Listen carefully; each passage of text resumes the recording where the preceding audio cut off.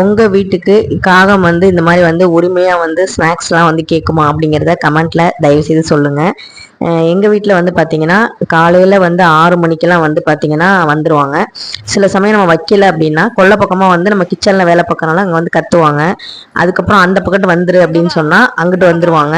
காம்பவுண்டுக்கிட்ட போய் நம்ம ஸ்நாக்ஸை காட்டினோன்னே அங்கே வந்துருவாங்க. வந்துட்டு அவங்க வந்து அவங்களுக்குரிய ஸ்நாக்ஸை வந்து எடுத்துட்டு அவங்க போய் சாப்பிடுவாங்க. ஸோ அவங்க ஃப்ரெண்ட்ஸையும் கூப்பிட்டு வந்து சாப்பிடுவாங்க. ஸோ இந்த மாதிரி வந்து பார்க்குறது எனக்கு ரொம்ப ரொம்ப பிடிக்கும். அது வந்து காக்காவுக்கும் சில சமயம் வேணும்னே வந்து காலையில் வைக்காம விடுவேன், என்னதான் பண்ணுறாங்கன்னு பார்க்கறதுக்கு. கரெக்டாக வந்து எப்படி பிள்ளைங்க வந்து ஸ்நாக்ஸ் டைம் சாப்பிடுமோ காலையில் ஒரு தடவை, 11 மணிக்கு ஒன்று, அப்புறம் 3 மணிக்கு ஒரு தடவை வந்து கத்துவாங்க. அதுவும் நம்ம எங்கே படுத்திருக்கோமோ எந்த ரூமில் இருக்கோமோ அந்த ஜன்னலை வந்து கொத்துவாங்க. இந்த மாதிரிலாம் நடந்திருக்கு. ஸோ எல்லாத்தையும் நம்ம வீடியோவாக எடுக்க முடியாது, எப்பவுமே கேமரா வச்சுட்டே சுத்த முடியாது இல்லையா?